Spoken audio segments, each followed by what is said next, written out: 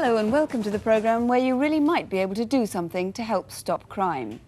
The detectives behind me are investigating the cases we're covering tonight. There are BBC researchers if you prefer to speak to them.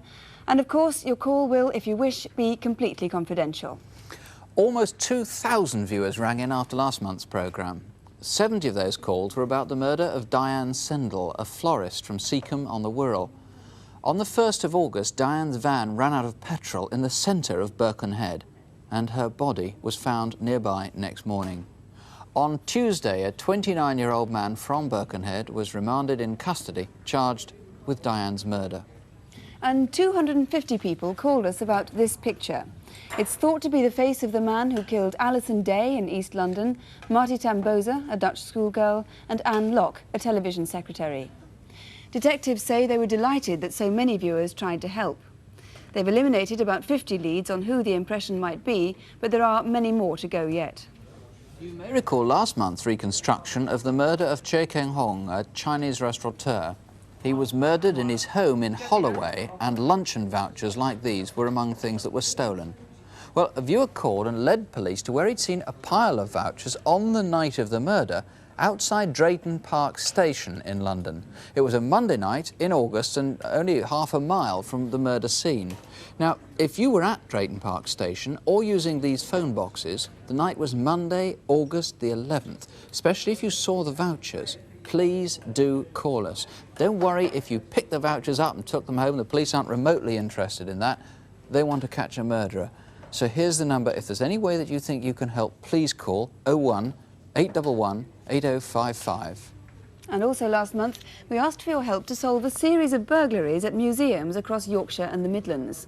Police needed to trace the valuable silver stolen from there and from this house in Downham Market in Norfolk, where the owner has now been robbed twice.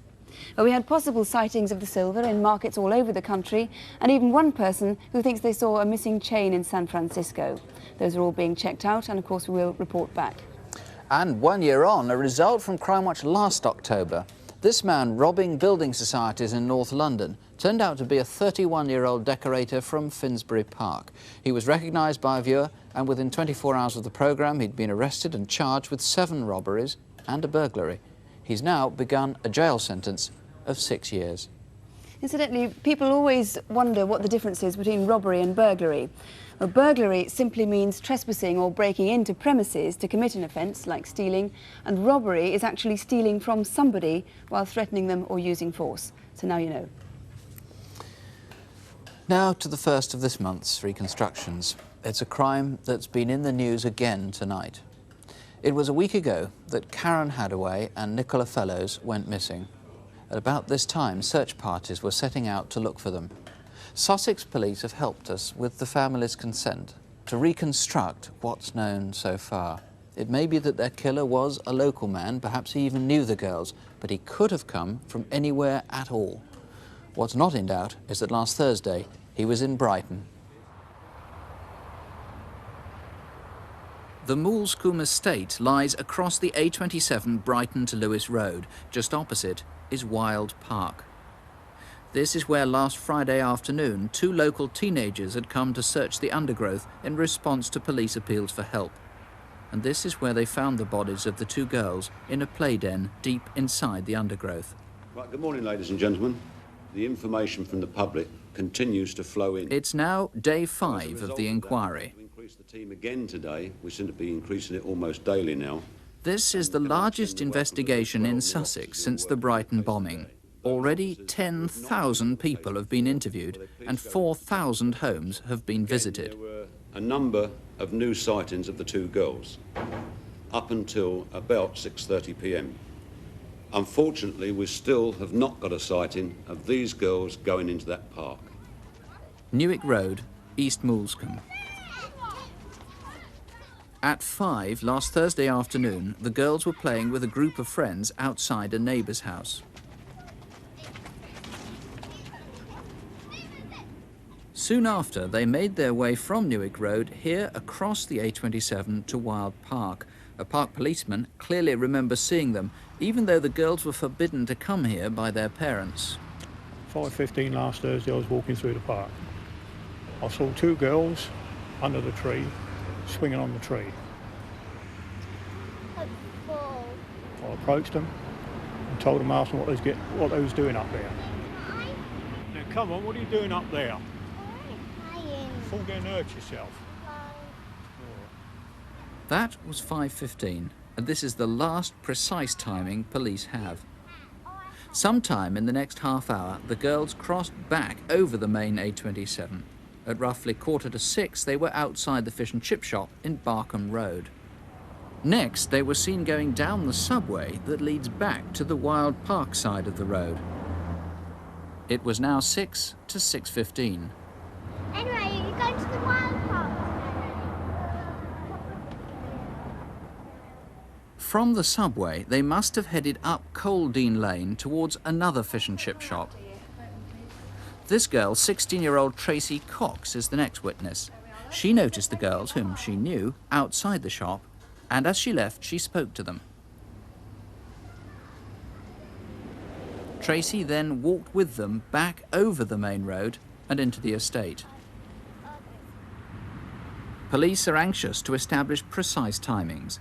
The three girls passed the playground near Barkham Place. Could you have seen them there? Nicola, with the dark hair, was wearing a very bright pink sweatshirt. Isn't it about time you two are going home now? Yeah, we are. Tracy says she left them near the end of Ringmer Road, not far from where they lived. Tracy! Bye! By now, it was getting dark, and both girls' parents had been looking for them. This girl, Michelle Tippett, was coming down Barkham Road after delivering papers on the estate. Right, where are you going? Oh, we're going to Wild Park. All right, you better tell your mum first. No. Michelle met them at roughly 6:25. Come on, Karen. 1 minute. Karen, come on. Right. I'll see you later. After that, they crossed the road again, and at about 6:30, they were seen outside the entrance to the park. My Karen wouldn't go off with any strangers. Had to be somebody that Nicola and Karen both knew, both trusted. And it's very important for everybody, not just necessarily people on this estate, but on all the estates in Brighton. If you know something, no matter how small it seems to you, to the police, it's very important. Just get in touch with them. Ring them anonymously, you know, if you must do. Anything, no matter how small, please just get in touch with them, because it could save the life of somebody else's child. John McConnell, there can't be many more distressing crimes you've had to investigate. No, this was a particularly horrific offence of murder committed against two children of tender years, and both were indecently assaulted just prior to their death. I'm therefore appealing to anybody that saw these two girls in the Wild Park or Molescombe Combe area after 5 p.m. on Thursday last, the 9th of October. I'm also appealing for anybody who was in the Wild Park area or Molescombe area of Brighton during that period and who have not yet come and seen us and told us what they were doing. Now, you announced today that two young men were seen running away from that park. That was about 7 o'clock, 7:30 that evening. Yes, there were two youths seen by two separate people coming away from the Wild Park area at approximately 7:30 p.m. last Thursday, the 9th of October, and we're very anxious to get them to come forward so that they can be eliminated from the inquiry. Now, they might be completely innocent, of course, just running away, larking around. They might have been late for something, and they might be a little reluctant after all this publicity to come forward, thinking, whoa, we're going to be in for some pretty tough questioning. Yes, that's quite true, but it's essential that they do come forward so that we can eliminate them and then get on with looking at other people who might be more significant in the inquiry. Obviously, it's going to waste hundreds of man-hours if they don't come forward voluntarily as well. Yes, we've had a very big team of officers on this inquiry, and of course we're anxious to use their resources in the best way possible. Now, there was an appeal some time ago about a man who'd been cruising in, I think it was a blue car, a couple of weeks before this incident, and it was thought that he might have been trying to solicit small girls. Yes, that's true. We've been trying to establish the identity of a man who, approximately 3 weeks ago, tried to inveigle a young girl into his car, which was a blue car, and as yet we haven't traced this man. He was said to be approximately 25 years of age. He had ginger hair, and of course we are again very anxious to trace him, so that again perhaps he can be eliminated from the inquiry also. Well, please remember, if you can help in any way, it might be that someone's moved in to you near where you live who you think might have been in Brighton at the time. It might have been somebody local about whom you have suspicions. It doesn't matter where you live. If you can call us, you might prevent what happened to Karen and Nicola from happening again. The number here in the studio, here it is, 01811 8055, 01811 8055, or you can call the incident room in Brighton directly, 0273 606 744. That's 0273 606 744. Well, now the incident desk. This month we have news from one of last month's appeals, the body in Ashdown Forest, and new appeals from Staffordshire on literally hundreds of thefts of porcelain, and from Darlington, a hit-and-run accident which killed a young man. Here are Constable Helen Phelps and Superintendent David Hatcher. First, two significant developments in the inquiry to identify the body of a woman found in the Ashdown Forest in August. Last month we showed you these curtains which were wrapped around the dismembered remains. We now know that these floral patterned ones are among just 250 which were sold through a mail order catalogue from Empire Stores in Bradford. They were on sale in 1982, and we'd now like to know who bought them. The second curtain, this blue acrylic one, was recognised by a Crimewatch viewer. She actually remembered the stitching she'd done herself on the hem. She sold them a year ago at a car boot sale somewhere near East Grinstead to a small woman in her 30s. Now that woman might be the murder victim, so we desperately need to know where the curtains have been since. It's quite possible that the woman was never reported missing, so please think, particularly in the southeast and since the end of August, do you know of anyone who's gone missing and fits this description? She's white, 5'3", medium build, and she was probably a mother, aged between 20 and 40. Next, a fatal hit-and-run in Darlington. Gary Britton, aged 19, was found dead in Brinkburn Road in the early hours of Saturday, 13th of September. Gary had spent the previous evening at Rumours nightclub. He left the club at 2 a.m. and was driven by friends to Major Street. They dropped him off and then left him walking up towards Brinkburn Road. The time was about 2:15 a.m. 15 minutes later, Gary was found dead in Brinkburn Road near the junction with Major Street. He had suffered severe head injuries. Forensic evidence shows that he was killed by a car or van, which was probably dark red or maroon, and that whilst he was hit, he was already lying in the road. How he came to be there is still a mystery. Now, there are several people who can help. A woman has already rung police and said that she actually saw Gary Britton being run over. We'd like that woman to ring us now, in confidence. And we'd like to hear from a young woman in her late teens or early 20s who was seen running along Willow Road, which runs parallel with Brinkburn Road at about the time of Gary's death. And finally, of course, anyone who was in Brinkburn Road between 2:15 and 2:30 a.m. on Saturday the 13th of September, you may be able to help us identify the driver of the car or van which killed Gary Britton. There was an unusual robbery in Leicester on the 21st of July. That morning, a van was delivering cash to the Bewcastle Grove sub-post office. At the same time, two men were waiting nearby. One was in a wheelchair, and he suddenly produced a sawn-off shotgun from under his blanket and jumped up to attack the post office escorts. As the robbery happened, the second man threatened onlookers with a handgun, and within minutes, those two and a third and a driver made off in a grey Cortina estate. Two clues here: the wheelchair, which was abandoned after the robbery. It's an Excelsior make, it folds up, and it's blue with a canvas back and cream plastic handles. As you can see, a section of the back has been cut out, but there's still some lettering partly visible. If you own this or used it in a hospital or nursing home, give us a call. And secondly, the Cortina estate. It was bought under a false name at a London auction. When it was sold, it was beige, but since then it's been hand-painted all over with grey primer. We'd be very interested to hear about anyone who had a Cortina, which they hand-painted grey, around the end of June, beginning of July. A team of burglars have struck in Cheshire and Staffordshire at a rate of one theft every day since the beginning of 1985, a total of over 600 burglaries. They've so far got away with over £200,000 worth of Royal Doulton figurines.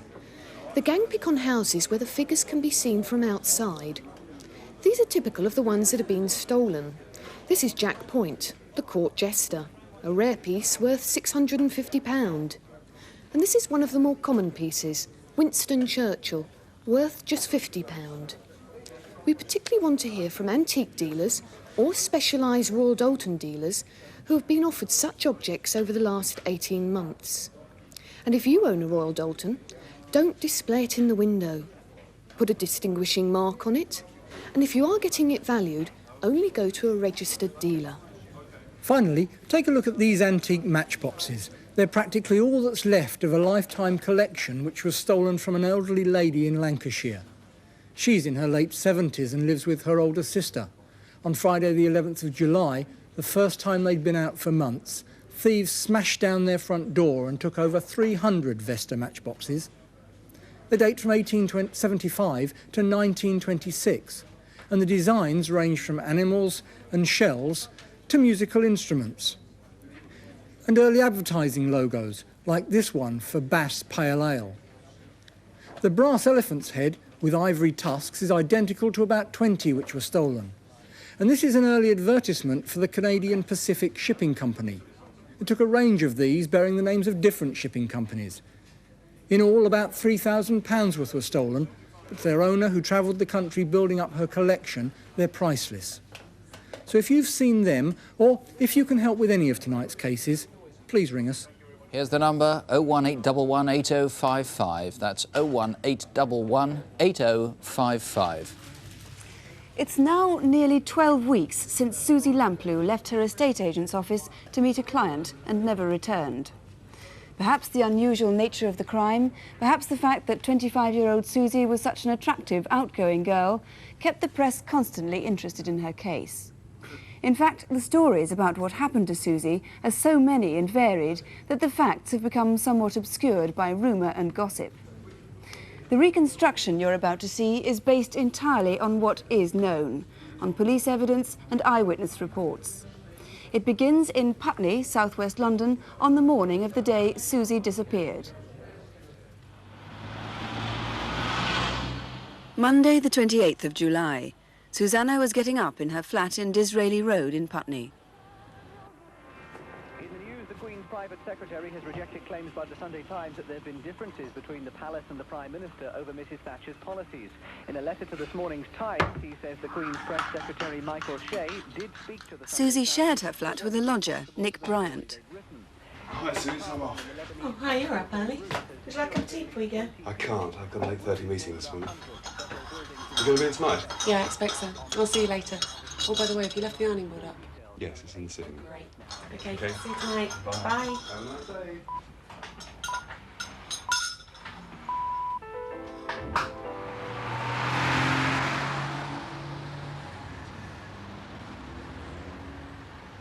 Just after 8:30, Susie set off for work in her company car. It was only a 10-minute drive from home to her office in the Fulham Road.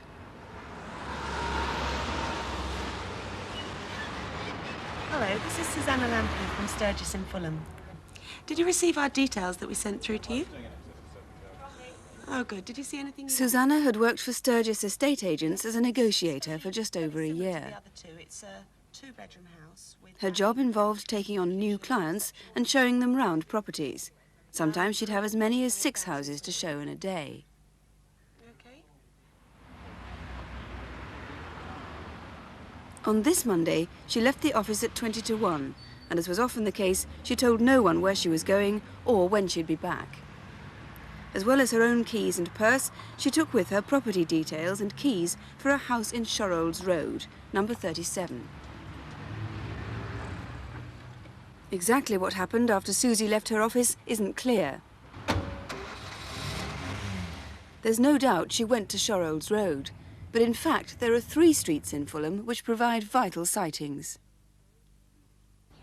In Shorrolds Road, 3 witnesses saw Susanna outside number 37. The first witness was on his way home. He saw Susie standing in the gateway. She seemed to be waiting for someone. 10 minutes after that, the owner of the house next door heard someone leaving number 37.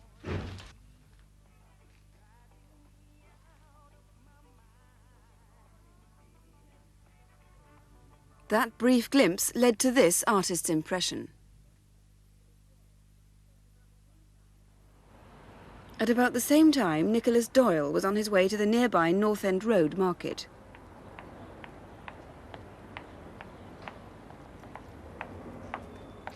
Doyle remembers the man was carrying a bottle of champagne with ribbons on it.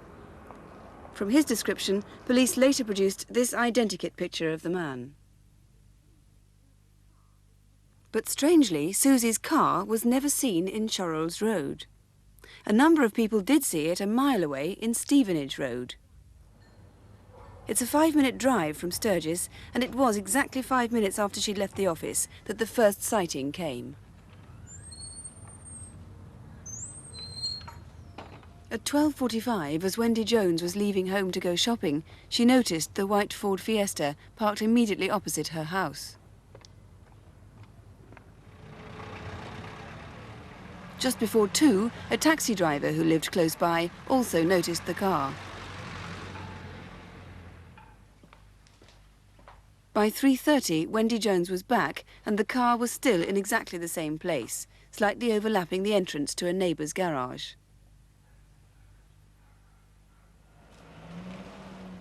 Then at 5:15, the garage owner, Richard Mann, saw it too.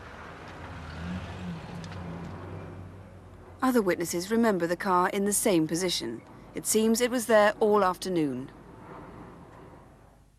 But in a third street in Fulham, there's conflicting evidence. A sighting of Susie and her car.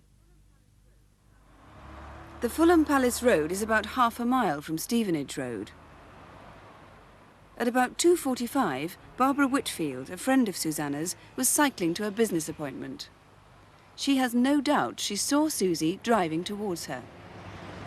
She waved, but Susie was talking to her passenger and didn't see her. I'm sure it was Susie, because I knew her very well.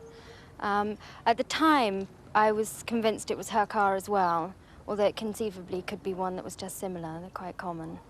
I didn't get a chance to look at him, because she was turned towards him. And anyway, I was concentrating on her rather than him. By 3:30 that afternoon, Sturgis manager Mark Gurdon and his staff were becoming concerned by Susanna's absence. In her desk diary, they noticed an appointment for 12:45.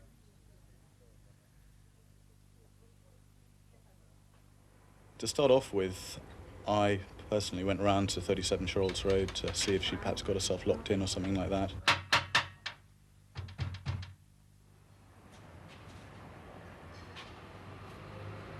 After there was no joy there, we phoned round between us, loaded the local hospitals to see if she'd been involved in an accident with her car or anything like that.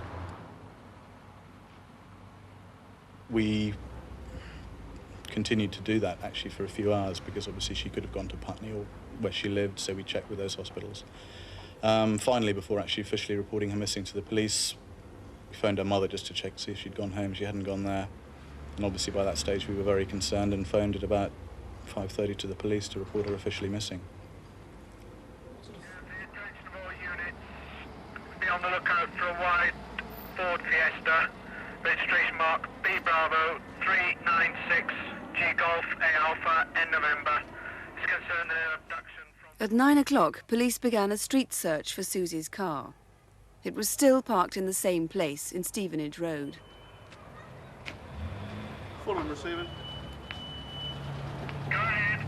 I found this white Ford Fiesta, B Bravo 396 Golf Alpha November in Stevenage Road.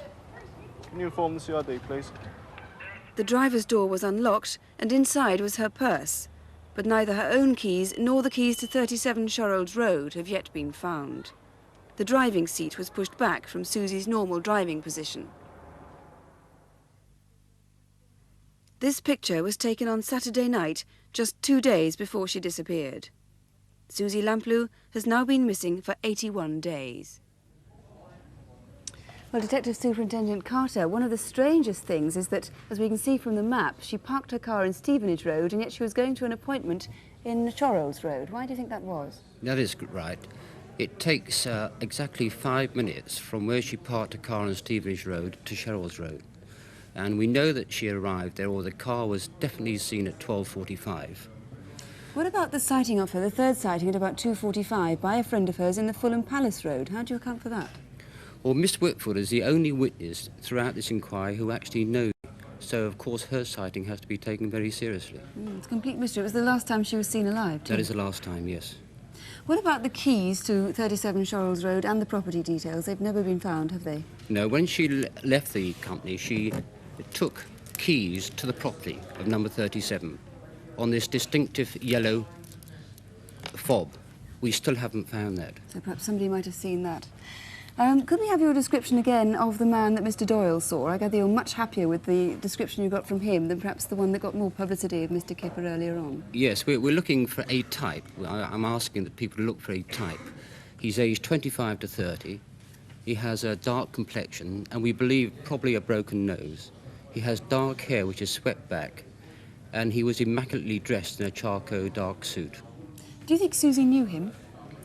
Well, the fact that the car was at Stevenage and Chorrells she was seen later indicates that she probably did know him, yes. Now, the other important thing is that a couple were seen arguing fiercely in that area, weren't they, by a man who hailed a taxi cab later on? Yes, between 2 and 2:30, a taxi was hailed by a man who has a full beard and a moustache. And he told the taxi driver he'd just witnessed a couple having an argument. Now, I'm appealing to that man to come forward, and of course I would like to eliminate the couple who, in fact, were having the argument. He might have vital information, mightn't he? He could well have vital information, yes. Now, this case has had so much publicity, as I said earlier on. A lot of people have come forward to help. There's been a lot of rumour and gossip, really. What do you think that tonight's reconstruction might achieve that all this publicity hasn't so far? Well, it's nearly 12 weeks since Susie disappeared. Now, I'm absolutely convinced that somewhere out there knows and can help us. And I do earnestly appeal for that person to come forward. We just need that one call. Mr. Carter, thank you very much. Do please call us if you have anything that might help. It's 01 811 8055 here to the studio, 01 811 8055. Or you can call the inquiry headquarters, and that is 01 741 6212. That's London, 741 6212, and ask for the incident room. Now to television's answer to the wanted poster, Crimewatch Photo Call. All you have to do is watch some faces, see if there's anyone you recognise. Here were the details, David Hatcher and Helen Phelps.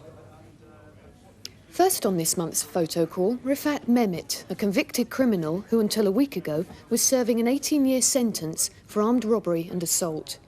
He was brought up from Albany Prison on the Isle of Wight to attend a court hearing in London. After the hearing, a man with a gun threatened the 3 officers who were escorting Mehmet and ordered them to release him.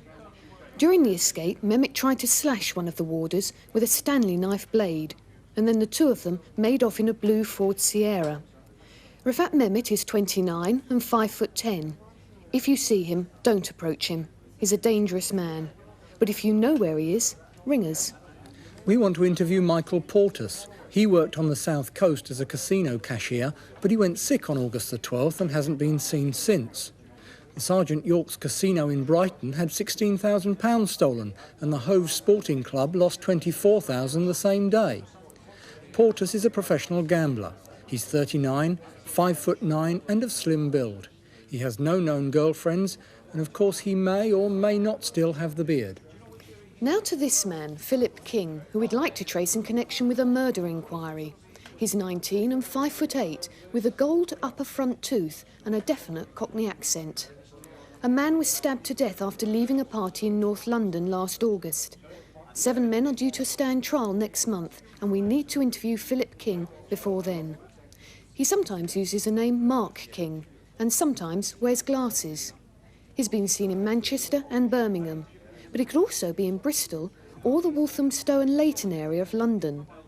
Ring us if you've seen him or any of the faces on tonight's photo call. And the number again is 01 811 8055. Do bear with us if the lines are engaged. Please keep trying. 01 811 8055. Our next case carries a truly vast reward. It's an unorthodox raid on an exclusive jeweller's in one of the most fashionable streets in London. It happened on a Thursday morning, the last day of July. New Bond Street, looking towards Oxford Street from Sotheby's. Victor and Anne Tan's first-floor showroom is just up from Sotheby's, and the room next door to them has been empty for over a year. The Tan's showroom is protected by a sophisticated alarm, and no jewels are kept out on display. Even if you work early nearby, it's unlikely you'd pay much attention to three men entering the building. Police think they may have arrived after the cleaners around 7 in the morning. One of them made for a landing window at the back and put on gloves like these.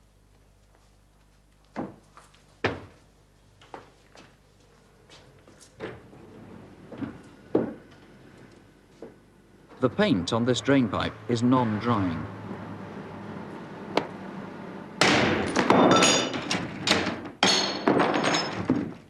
He was now inside the empty room next to the Tan's showrooms. The alarm in this room had been off for months.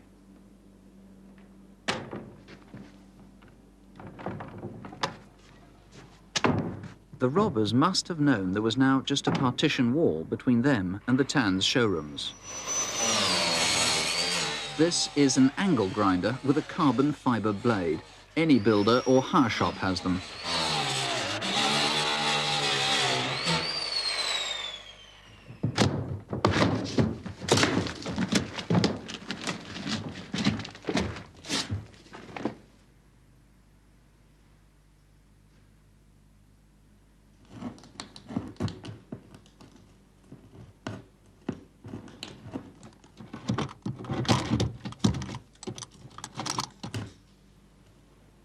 They could now scan the room without setting off the Tan's alarms.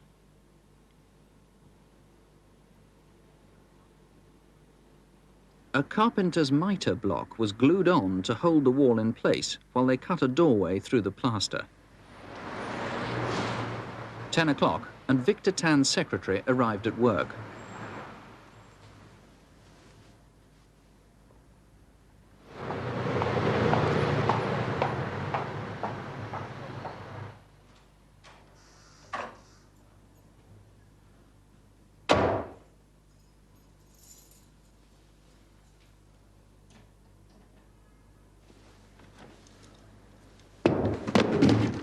Have you turned off the alarms? Got the keys to the safe? No. If you handcuff me like that, I won't be able to work the phone or the door. Victor comes in about 11, doesn't he? Doesn't he?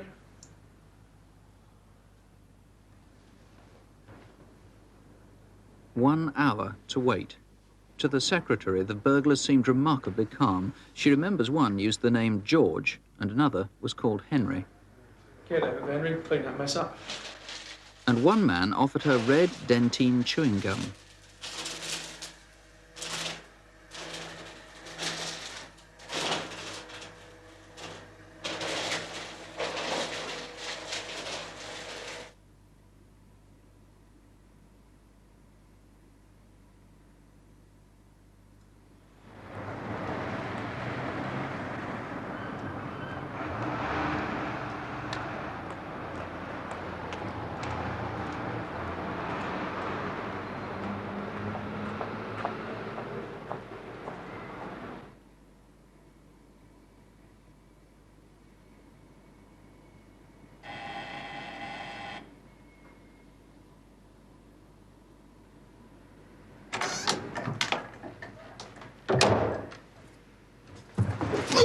Don't move! Don't shout or I'll blow your head off.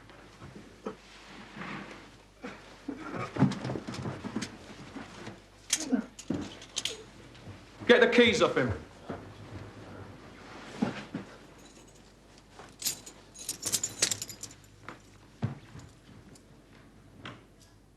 Come on.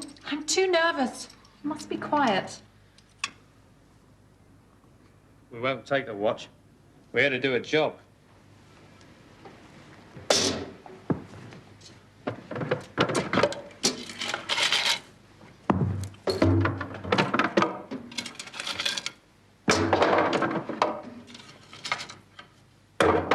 The jewels were tipped into a mailbag. Another mailbag was left behind. Gag him. Handcuff her to that. Victor Tan was gagged with a tie that one of the robbers had been wearing. We'll call the police in 15 minutes.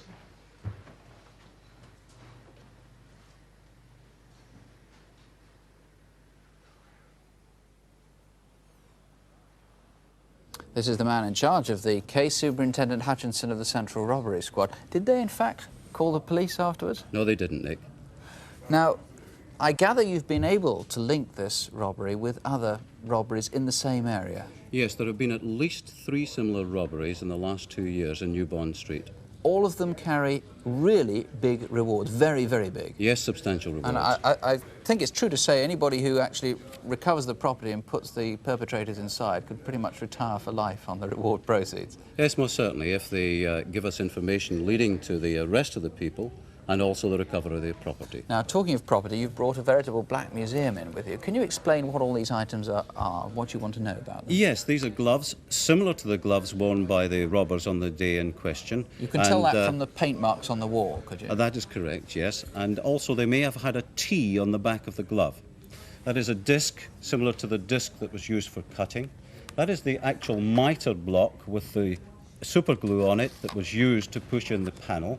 The dentine chewing gum that was used by the robber. This is the actual post office sack, a second sack that was taken, which was left at the scene. And that's the Ultimo tie, which is exclusive to Ultimo and was manufactured by them about 3 years ago and was only for sale in their shop in Jermyn Street. Now, all those things are bits of a jigsaw, and you're just saying if any viewer can put bits of them together, that is correct, please yes. call. What about the jewellery itself? Worth a fortune, very, very distinctive.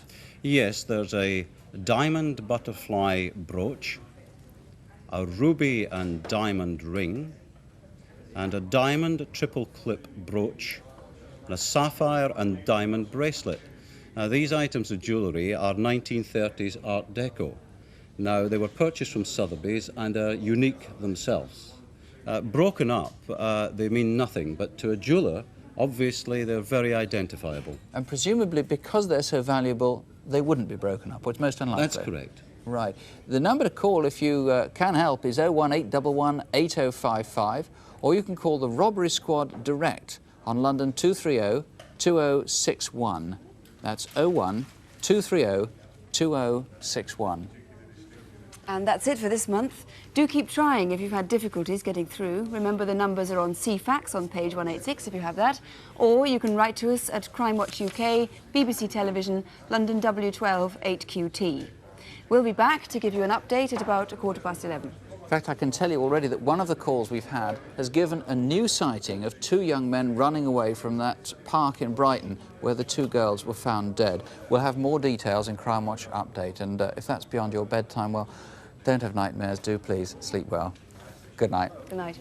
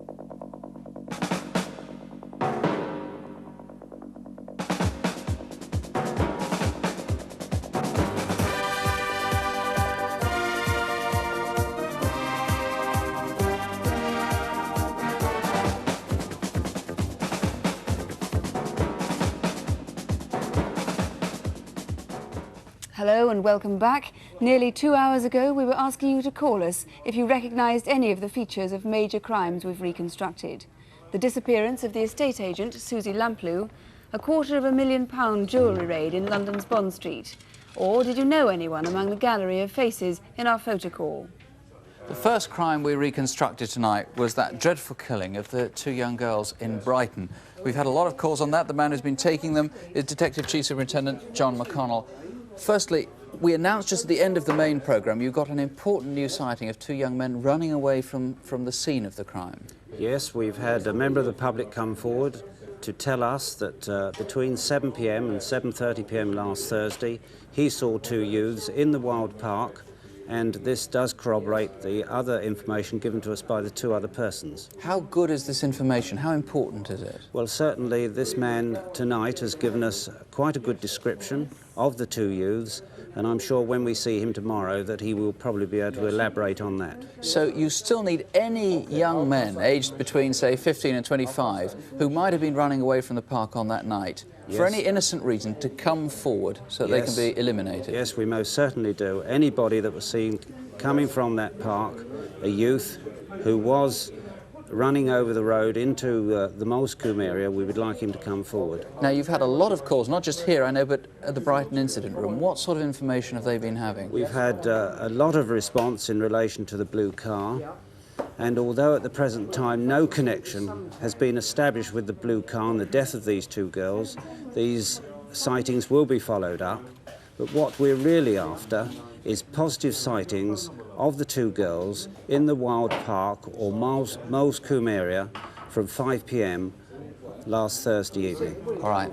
Mr. McConnell, good luck with it. Thank you very much indeed. Thank you very much. Well, next, Susie Lamplugh.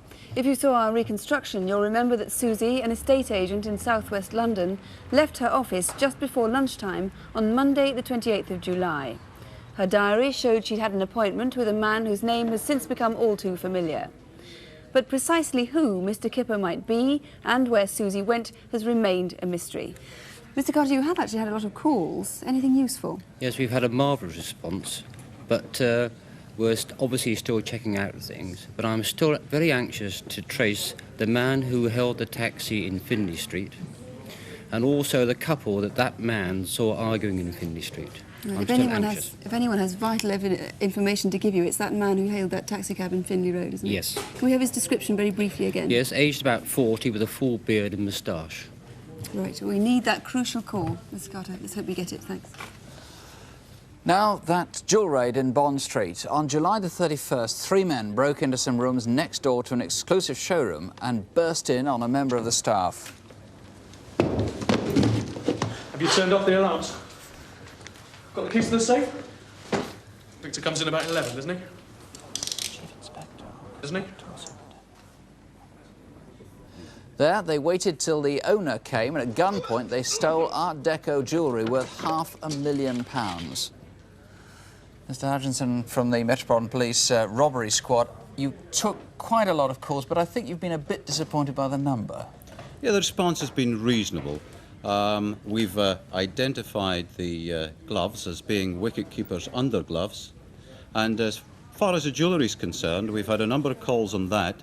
One in particular where a lady from Kensington is positive that she has spotted the butterfly brooch in a shop window in Kensington. Now, all the items of jewellery that we showed, they're all Art Deco, and of course a great deal more than this was stolen. This is just a small selection. Just a small sample. Very, very identifiable, you were saying, to any jeweller. Yes, most certainly. Now, you were telling me earlier on that the call you really hoped to get was from a member of the underworld. Now, explain what... Well, that's correct. I mean, there is a very, very good reward in this particular case. Someone in the criminal fraternity must know who these people are, and I'm appealing to these people to give us a ring, and we will act upon it immediately. Jim Hutchinson, thank you very much indeed. Well, now to those faces we asked you to identify, together with the crimes on the incident desk. Here to report what's happened are David Hatcher and Helen Phelps. David, first, the robbery in Leicester of a sub-post office involving a wheelchair, which looked rather distinctive, seemed like a good clue. Yes, and we've had a lot of calls on that, Sue, but unfortunately they're all suggesting that the letters could stand for maternity, and that's common to most hospitals. What we're asking is specific suggestions as to who that chair might have belonged to, which hospital and where. It could be maternity ward 3 then, perhaps. It looks like a 3 on that. Quite possibly. Right.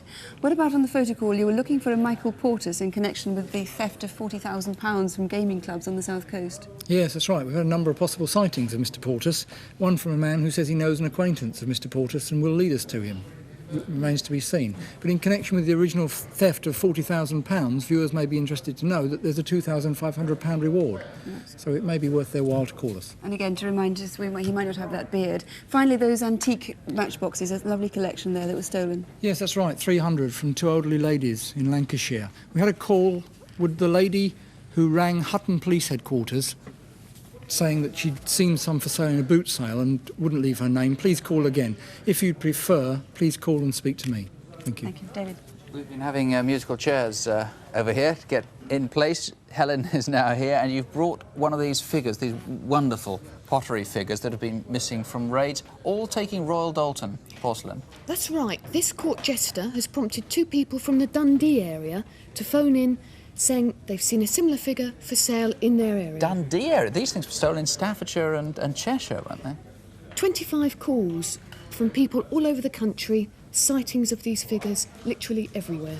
Now, Che Keng Hong, the murder of the Chinese restaurateur, we've had quite a number of calls, even though that was a reconstruction we did last month, quite a number of calls this month because there was a small new appeal about luncheon vouchers seen at a tube station. There have been calls in about those luncheon vouchers, and I would like to add that the family of the victim are offering a £5,000 reward for any information leading to the arrest of the victim. £5,000 reward. Basically, the specific appeal was that luncheon vouchers, which might have been those stolen from Mr Hong, were found at Drayton Park Underground Station in North London. Has anybody seen them? Has anybody picked them up? That was the main thing.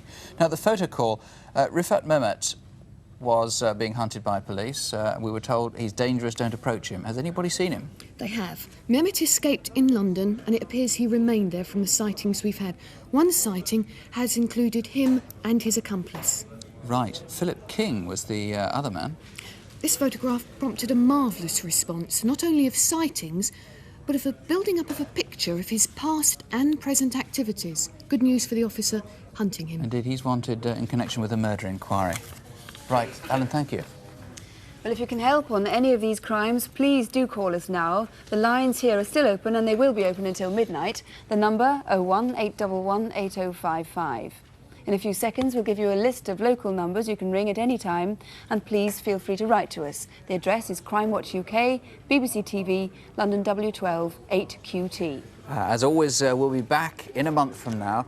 I know it's hard to sound reassuring after the catalogue of cruelty in Crime Watch every month, but we try to do so because we know that we present a very highly selective view. We show the extreme exception, not what's common. So please don't have nightmares. Do sleep well. Good night. Good night.